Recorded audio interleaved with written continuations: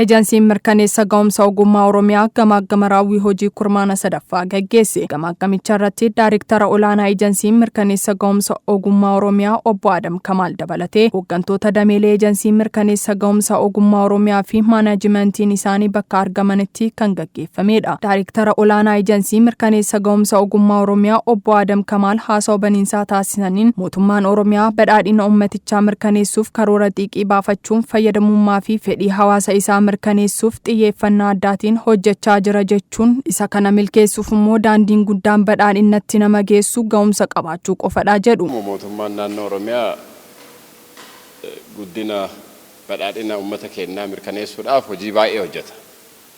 Hojii baay'ee hojjetu keessatti immoo bara kana karoora xiiqii baafatee fayyadamummaa hawaasaa mirkaneessuudhaaf xiyyeeffannoon raawwataa tureera.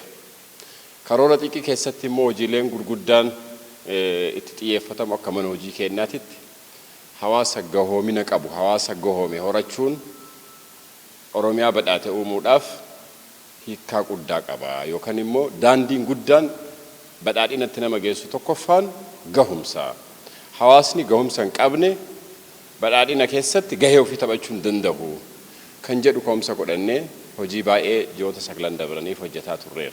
Gamaagamni kun hojiilee ji'oottan 9 darban hojjanne keessatti haala kamiin hojjechaa akka turre qulqullina ariitii akkamiitiin akka raawwannee fi hojiilee hafan madaaluuf kan nu gargaarudha jedhu. Kana malees jedhu obbo Adam wantoota hojii keenya sakaalan maal fa'aa akka ta'an kan itti ilaalluu fi karoora hojii bara 2016 irraa ka'uun karoora bara 2017 xiqqoofnee kan itti qophoofnuudhaas jedhan.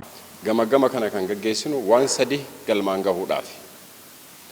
Tokkoffaan ji'oota 9 dabran kana keessa wantoota karoorfanne qulqullinaan baay'inaanii fi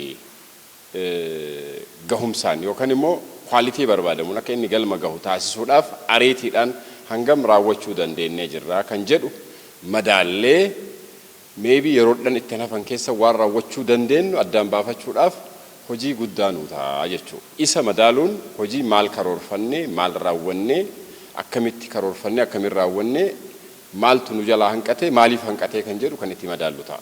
Dameelee eejansii 7 irraa gabaasa dhiyaate keessatti hojiin gama hundaan namoota gahumsuuf tattaaffiin jiru gaarii ta'uu kana cinaatti hojiin gama kenna tajaajila lammummaatiin hojjetamuun dhimmamtoota waliin karoora walii baafachuun hojjechuu fi kanneen kana fakkaatan kanneen akka ciminaatti kaasanidha. Ilaalchii fi gochoonni kiraa sassaabdummaa namoota muraasa biratti mul'achuu madaalliin beekumsaa yookiin dijitaala yeroo yeroon xiinxalamaa deemuu dhabu tooftaa adda addaatiin madaalliin beekumsaa hatamee bahuu fi kan kana fakkaata akka hanqinaatti kanneen ibsamanii jiru. Daayreektara olaanaa eejansii mirkaneessa ga'umsa ogummaa Oromiyaa obbo Adam Kamaal kallattii kennaniin bara 2016tti namoota 372 ol ta'an madaaluuf karoorfanne keessaa namoota 200 ol parsantaa 56 madaaluun akka danda'ame ibsuun madaallii hanga ammaatti gaggeeffameen parsantaa 84 gahomsuu danda'uun bu'aa gaarii akka ta'e dubbatan. Kana malees jedhu obbo Adam rakkoon ilaalchi gama hojiidhaan madaalamanii bahuutiin jiru laafaa akka ta'e dubbatu. Karoora bara kana qabanne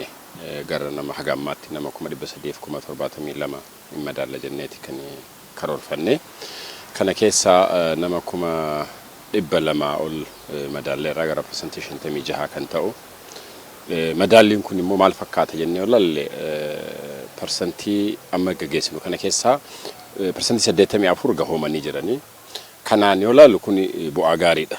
Gama madaalamuu dadhabuu rakkoo guddaa ta'ee ilaalleerra keessattuu madaalliin intarpiraayizotaa yookaan immoo waldaalee imaaxaa hojiidhaan madaalamanii hojiidha keessatti dorgomanii bahuu ilaalchi jiru baay'ee dadhabaa ta'uu isaa namni faayidii fiizikal ta'uu gabaa keessatti ilaaluu qofti.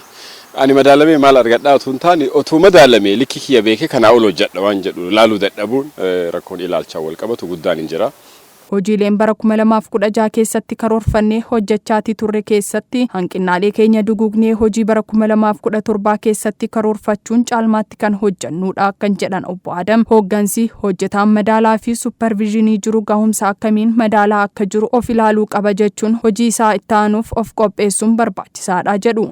Hojjetaan hundi indaastirii mirti manneen hojii mootummaallee ciminaan gahumsi na barbaachisa jedhee akka deemuu danda'u akkamitti hojumaata sosochii hubannaa akkami gaggeessuu dandeenya kan jedhu kallattii itti aanu keessatti qabachuuf barbaadaa jira jechaadha.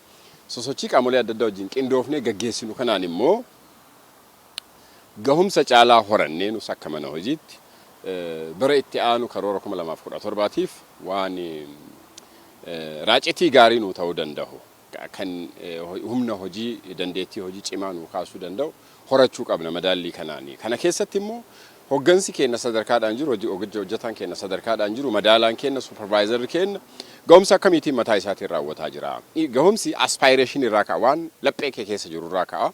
Isa immoo laphee namaa keessa wanti jiru madaalamu harkaan madaalama amalaan madaalama dandeettii fiizikaalii mul'atu madaalama waan ta'eef isaan madaalsifnee madaalamnee gahoomuun kennamu biyya keenya jijjiiruudhaaf gatii qaba waan jedhu akka namni marti yaadu taasisuudhaan goolabnee hojii itti aanuuf kan ittiin qopheessinu ta'a jecha. Namoonni dameelee ejensii adda addaa irraa dhufan gamaggamichi gaarii ta'uu kaasuun ciminnoota keenya eeggachuun kanneen akka hanqinaatti mul'atan irratti hojii kurmaana hafe keessatti karoorfachuun xiyyeeffannoo fi xiiqiidhaan kan hojjannudha jechuun yaada isaanii EBS'tti himan. Akka waliigalaatti wantoota hojjetamanii gamaggamuudhaanii gara fuulduraattis maalirra xiyyeeffannee akka hojjechuu qabnu sanarratti waliigallee xiyyeeffannoo guddaadhaan wantoota afanii jiranii akka hojjennuuf gamaggama kana geggeessaa jirra. Wantoonni akka barnootaatti fudhannu gamaggama har'aa keessatti wanti ilaalamaa jiru sochiin erga kurmaana lammaffaatii as taasifamaa jiru jajjabeessaa fi itti fufuu kan qabu. Ammas yeroo hafe keessatti inni itti fufee ciminaan hojii keessa galuudhaa fi hojiiwwan harcaanii hafan sana duguuganii milkeessuudhaaf xiiqiidhaan hojjechuutu irraa eegama jechuudha. Qixa saniinis of qopheessuu qabna waan ta'eef jechuudha. Raawwiin isaanii kan gadi bu'e irratti qaama ilaallatu wajjin steekholderoota wajjin karoora qindoominaa kurmaanuma sadaffaa keessaa raawwii keessa akka galamu karoorri qindoominaa hojjetame haga tokko kurmaana sadaffaa keessa kan kurmaana lammaffaa raawwiinsaa caalmaan xinnoo ishee dabaleera.